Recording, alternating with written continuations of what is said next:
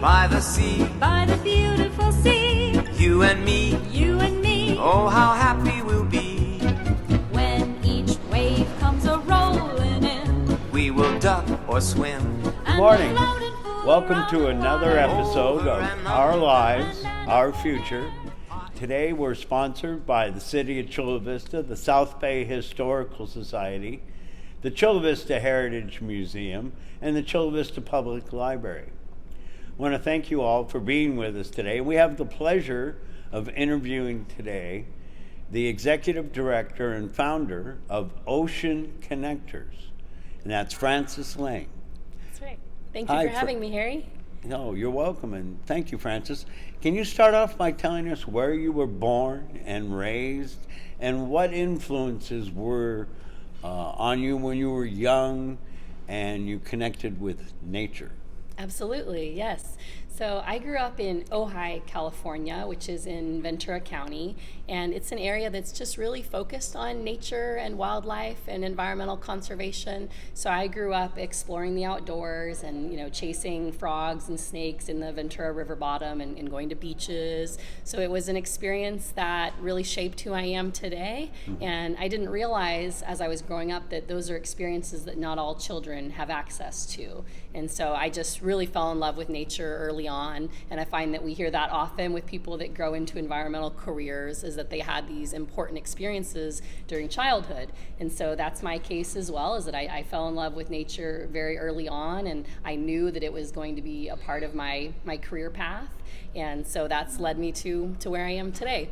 Okay, so can you tell us a little bit about the history of Ocean Connectors, and what was your inspiration for starting Ocean Connectors?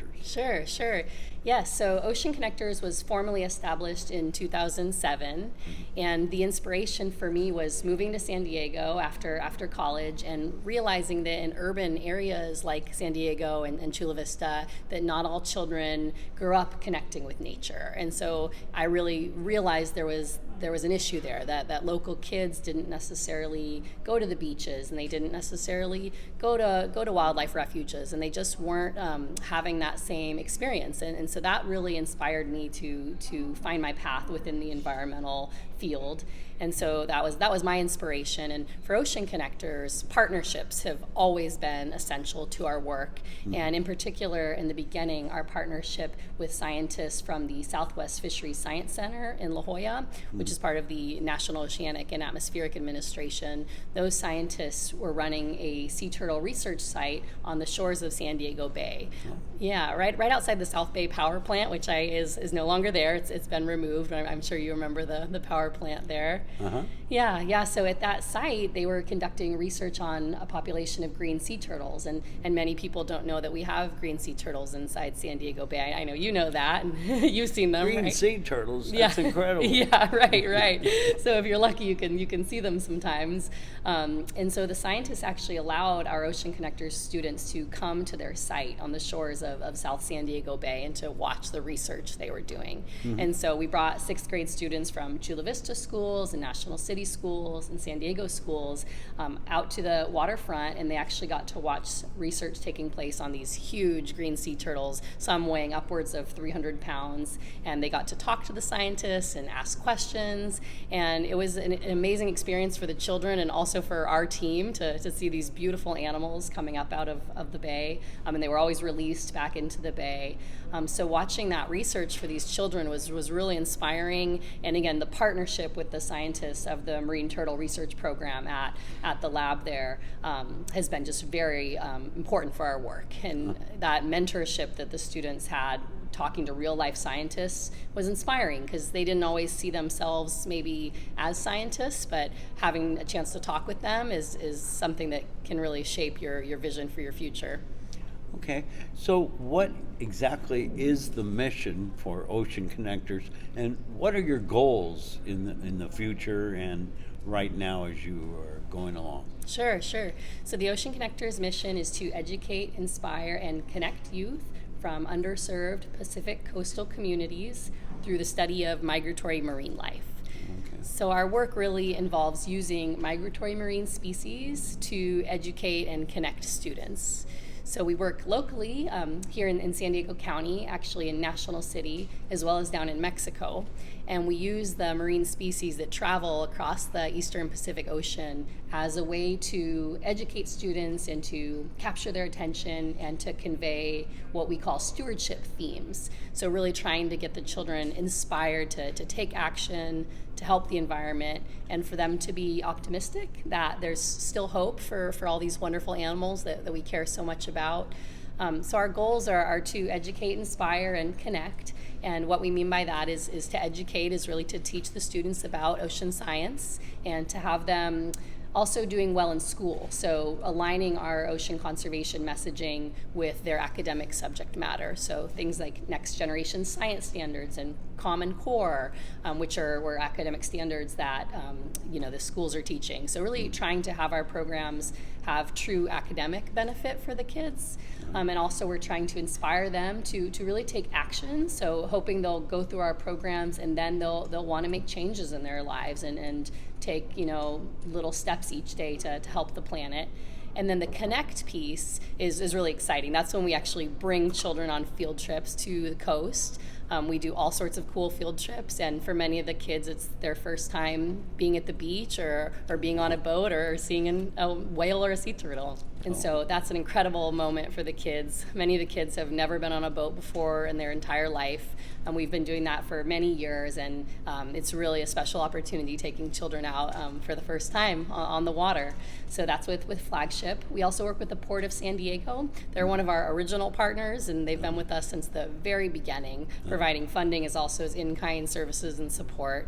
We also work with San Diego Gas and Electric. We're one of their fortunate recipients of the Environmental Champions Grant Program, as well as the San Diego Foundation, which is a local philanthropic entity that provides support through their Opening the Outdoors initiative. And we also work really closely with the school district in National City. So National School District has been incredibly supportive of our work. They can see firsthand the positive impact that it's having on their students, as well as how it's supporting their students in school. So we're really lucky to have our office space in the school district in National City. So we love all our partners, and there's many more, but those are some of the ones that have been with us for a long time. So what are the ages of those school kids in National City? Absolutely. And why do you focus in National City? Sure. Yeah, so we're focused in grades 4 through 7 currently, and that's grown. So initially it was just 6th grade, and now we've been able to add these additional grade levels to our program. And we're also expanding into 3rd grade right now. So our goal is really to have a full K through 12 curriculum so that we could reach the students every single year, and so that the students can count on having these types of amazing coastal experiences every year and something different every year. So each program is a little bit different and focuses on a different animal. So for example, in 4th grade we study sea turtles, in 5th grade we study whales, in 6th grade we study birds, and in 7th grade we study sharks, and that's actually in the middle school system in National City. So we're reaching students at a really formative time in their lives and trying to see them for multiple years so that we can build a relationship with them and so that they can kind of scaffold the knowledge that we're providing, so they start connecting the dots, they start understanding sort of the big picture of environmental conservation. We're so grateful for our partners. We have amazing partners that have been with us since the very beginning, including the Marine Turtle Research Program, the scientists that I mentioned they're essential for us in the beginning. In addition, we work with the California State Coastal Conservancy. They provide funding for our programs through their Explore the Coast program. We also have an amazing partnership with Flagship Cruises and Events, which is a local family-owned and operated boating company, and they take our students whale watching. What kind of places do you take the kids to educate them perhaps about the wildlife in the area? Yeah, one of our favorite places to go is to Living Coast Discovery Center, which is actually located on a national wildlife refuge at the Sweetwater Marsh. And there the students get to see sea turtles, they get to see all different kinds of native birds and fishes, and there's an incredible aquarium there. And so it's a site where our students can talk to the aquarist, they can see sharks and rays and walk all around, and they take notes in their science journals. It's a beautiful location located right on a wildlife refuge, and wonderful people that that work over there. We've been working with them since the very beginning, since 2007. For those visiting Chula Vista, it's a hidden gem. It's an incredible place to visit. Definitely a worthwhile stop on your trip to San Diego. Well, what actions do you take to encourage them to be conservationists in the environment? And how do you inspire them to take Sure. these actions? Sure, yeah. So for inspiring them, role modeling is so important. So we really try to walk the walk within our staff. And so all of us feel as though we're environmental role models. And we try to advocate for our teachers that we work with. We work with about 80 teachers, trying to get them to also role model environmental behaviors. So little things like not using plastic water bottles or single-use plastic at all. We're trying to use reusable water bottles, reusable straws, reusable coffee cups and reusable utensils. So that's really important to cut down on the amount of waste that we produce. But we also educate the students about recycling and what does it really mean to recycle and how can we recycle successfully, because it's not the only solution. We really have to focus on reduce is step one. We also encourage our students to think about their seafood choices. So we educate them about what is sustainable seafood, how do you choose sustainable seafood at the grocery store, or even just knowing the source of your seafood is a positive step. So it can be hard sometimes to find the right option for eating sustainably, but just thinking about it and just asking the right questions is progress. So we really try and empower them around that topic. And then we also do a lot of habitat restoration, and we talk about native plant revegetation. So we work very closely with U.S. Fish and Wildlife Service, as well as the SoCal Urban Wildlife Refuge Project, and we've been conducting habitat restoration around San Diego Bay for many years. We've planted over 6,000 plants in partnership with U.S. Fish and Wildlife Service. Yeah, so really trying to have direct positive outcomes for local environments. And in those programs, we talk about climate change, and we talk about habitat loss, and get our students thinking about the future and how they can protect these habitats long term. And we also talk about overfishing. So there's many issues, but the underlying theme is that we want our students to feel empowered so that they can make change, and for them to feel not hopeless, but that there really is a lot they can do to help change the course for our planet. Why is habitat restoration so important? Oh, so many reasons. So many reasons. So carbon sequestration is one aspect. So when we revegetate an area, you're putting plants back in the ground, and they can sequester carbon. So really fighting climate change, which is critical, but also creating habitat for native species. And this is a topic that I'm really passionate about, is just restoring habitat so that native wildlife have places to nest and to forage and to rest, particularly during their migrations. So creating these habitat space so that wildlife will return, and so we can have the pleasure of seeing those animals. There's also benefits for preventing erosion and preventing habitats from disappearing due to sea level rise. So when habitat restoration is conducted very mindfully, it can cause so many benefits and just really make our communities more resilient for the future.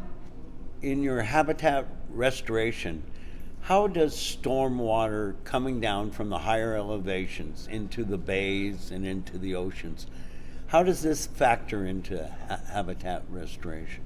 Absolutely. Yeah, so one of the things we're really thinking about in our Ocean Connectors programs is the interconnectivity of natural spaces and the oceans and urban environments. So trying to have the students understand that even if they don't live by the water, that their actions connect to ocean life. And so stormwater can cause litter to find its way into the ocean through our storm drains, through our rivers, through our watersheds. So we're trying to emphasize the importance of keeping our urban communities clean and free of pollution, and showing how that benefits wildlife downstream. Tell me more about the work you do in National City. Sure. So we've been very fortunate to find a home for Ocean Connectors in National City, and it's a community where we feel like we can really do a lot of good. So there's a variety of issues in the community of National City. There's some socioeconomic issues, as well as just a lack of access to parks and green space and to the oceans. So that's really one of the reasons we found our home for Ocean Connectors in National City, is that there we can help the students break down some of these barriers outdoors to connect with nature. So we, are finding areas where the students can get their hands dirty and access the San Diego Bay. And so National City has come a long way, and things are getting better, and we've really seen over the past 14 years the improvements that are taking place within the city, as well as the results within our programming. So it's an area where we just want to meet the needs of the community, help address a lot of the equity and access issues that are taking place there. Mm-hmm. So you mentioned about working in Mexico. What work do you do in Mexico, and why is it important to work binationally? Sure. So within National City and really in San Diego in general, there is a huge binational component. It's really a part of the culture in San Diego County. There's a lot of people that have family in Mexico, and just a real sense of this binational, multicultural spirit, and that's wonderful. And many of our students in National City speak Spanish. Many of them have family in Mexico, and so since the very beginning, Ocean Connectors has worked binationally, and we have about 2,000 students down in Nayarit, Mexico. And so that is just at the end of the Pacific Migratory Corridor.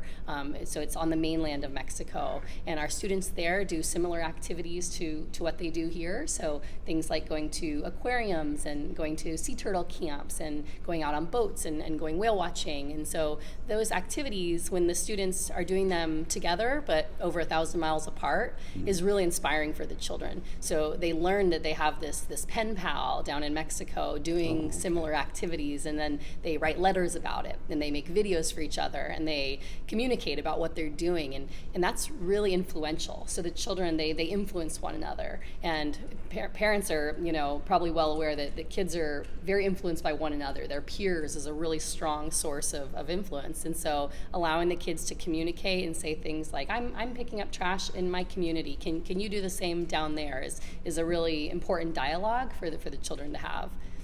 So do you work with certain groups in Mexico? Yeah. So the same age range, so grades 4 through 7. We're focused in the public school system of Mexico. Okay. We feel that there's a lot of issues there that our programs can help to address. So really trying to provide these students with tools to practice conservation, and just to bring about a sense of hope that things are getting better, and that that they can fall in love with the environment that's in their own backyard. Mm-hmm.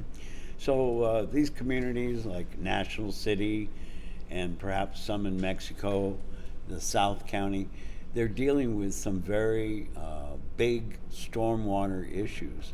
Now, how do the kids learn about these issues and focus on these issues? Absolutely, yeah. So in the Mexican public schools, it's not exactly a part of their curriculum. So through Ocean Connectors coming into the schools, we're able to address those topics. And so really allowing the students to make the connection between their science lessons, and the issues they see in their community. And environmental pollution, watershed pollution, stormwater pollution is very serious. It's something we deal with locally, as well as the influx of pollution from the U.S.-Mexico border. And then in our communities down in Mexico, it's very challenging. There's a lot of pollution, and often the infrastructure just isn't set up to treat that source of pollution. So we try and educate the students about that, and do litter cleanups, and really inspire them to take the actions that they can to help. Your work to educate and to hopefully improve the habitat, have you seen positive results from your actions? Yeah, absolutely. And so we've seen really steady knowledge gains year to year in our audience. So about 80% of students each year are performing 80% or better on their post-tests. So what we're seeing is just each year their knowledge is improving. We also see changes in their attitudes and behaviors. So we can tell that their feelings about how they can help the environment and their enthusiasm for helping the environment is growing. We also get really positive feedback from teachers, and we use that feedback. So we use that to make our programs better. And we also have sort of anecdotal evidence, like when we see one of our students and they may say, oh, my sister did this program when she was growing up. She told me we get to go whale watching. I'm so excited. And so we see these kind of word of mouth positive, sort of positivity that's going through our audience. And we know that their mindset is changing, that they feel excited to go into nature. Whereas initially, sometimes there's a little bit of fear and maybe a little bit of apprehension to go outside because they just aren't familiar with it. So we see that we're breaking down those barriers, and we do really rigorous program evaluations. So we're studying this and seeing changes over time. Talk to me about your Echo Tour program and how you have partners and what you do with those particular tours. Absolutely. So like any nonprofit, we're always looking for funding and finding ways to make our program sustainable. So trying to really continue serving our students in the long term. And so a few years ago, we introduced our Eco Tour program, which is a fee-for-service program that allows members of the public to come out with Ocean Connectors. And we do kayaking, whale watching, and birding and biking tours. And so this is our way to broaden our programs out to the community. So anybody can come out and buy a ticket and come on an Eco Tour with us. And funds from our Eco Tour tickets go back into our youth program. So 10% of every Eco Tour ticket helps serve our local students in National City. And we have amazing partners, including Chula Vista Kayak is one of our favorite partners. And I've heard of that. Yeah. Yeah. So all of our Eco Tours are conducted in partnership with local businesses. So Chula Vista Kayak, we have the pleasure of going out with Harry and taking our groups kayaking through the Chula Vista Wildlife Preserve. We see incredible animals. We see California least terns as well as many other types of terns. We see killdeer, we see egrets and herons, and occasionally green sea turtles. Oh, wow. Yeah, and we also do whale watching with flagship cruises and events, and a birding and biking tour with U.S. Fish and Wildlife Service down on the San Diego Bay Refuge, doing some bird watching. And the tours are very active, so it's a great way to get outside, get some exercise, and just see the beautiful sights of San Diego Bay. Do you work with Jonathan Levan too? Yeah, absolutely. What do you do with Jonathan? Yeah, so Jonathan's a photographer. He runs Under Pressure Nature Photography, and he actually serves on the Ocean Connectors Advisory Board. Okay. So we have some really talented members of the Ocean Connectors Advisory Board, and Jonathan is one of those, and allows us to use his photos in our social media and on our website. So be sure to check out his social media pages because his images are stunning. And it's another example of our partnerships, really just, finding these amazing community members like Jonathan, like you, who want to see our program succeed because you understand the impact for the kids. Right. So how do people sign up for your Echo Tours? Sure. So we're actually launching a new website right now. So this is an exciting opportunity for us to be promoting a whole new online digital presence. So our website's the best place to go for more information and to book an Eco Tour. We're going to be having a very busy summer and looking ahead towards fall and winter and beyond. We're really hoping to get a lot of guests out. So our website's the place to go to book an Eco Tour and also to learn about other ways to get involved, like volunteering. Okay, and so what is the address of your website? Sure. So it's www.oceanconnectors.org. And how can the public get involved in supporting Ocean Connectors? Sure. So an Eco Tour is a great place to start. We're also looking for volunteers, but really if you can make a donation, that's a great simple way to help. A donation of any amount is one way to immediately make a difference for our work. Because we are a small organization, every donation really helps us out, and so that's probably the easiest way to get involved, and then we're open to other opportunities as well. Well, that's incredible, Frances. I know we've known each other for a long time, and I've got to watch you as a young lady growing up and building your organization and influencing many students and the public. And you're doing an incredible job. I want you to know that. And very proud of the work you're doing and the professionalism and the people you associate with to promote your organization and the understanding of the environment and how we can work with it and help it along to live in a safe environment. I want to thank you. Is there anything else you'd like to add before we close today that you'd like to let everyone out there know? Sure, sure. Well, I guess since I have the opportunity, I would just ask any viewers out there to take the same steps that we ask of our students. So try to cut down on your single-use plastic.